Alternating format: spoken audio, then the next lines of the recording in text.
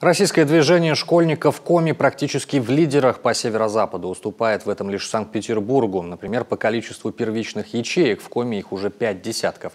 В мероприятия РДШ вовлечены 23 тысячи детей. В первую очередь по организации региональных мероприятий, например, форума сельских школ РДШ «Территория возможностей». Кроме того, в прошлом году прошло 27 классных встреч. Это проект, благодаря которому дети общаются с людьми, достигшими успеха, например, региональными министрами.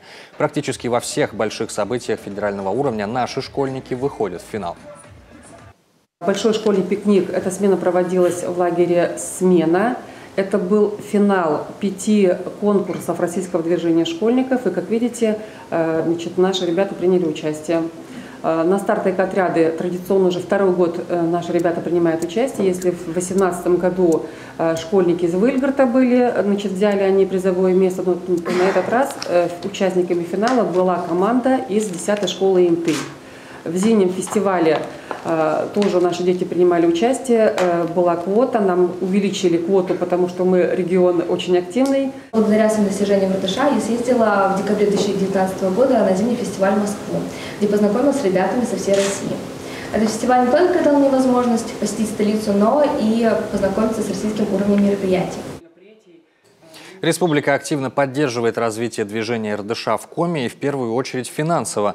В 2019 году направлено более 10 миллионов на слеты в центре Гренада и летние смены в детском лагере Сосновый Бор Кировской области, главная цель которых – образовательная.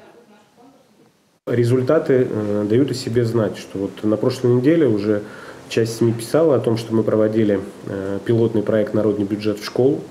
И большинство из тех проектов, которые поступили на конкурс, практически 90% ребят, это те ребята, которые занимаются активно в российском движении школьников. Это говорит о том, что благодаря тем проектам и тем программам, которые образовательно у нас происходят, мы учим детей писать проекты, выявлять наиболее серьезные идеи и инициативы, которые можно придать в виде проекта. В этом году российскому движению школьников в Коми исполняется 5 лет. Планируются юбилейные смены и мероприятия. Кроме того, самых активных участников РДШ решено поощрять включением в перечень одаренных детей Коми.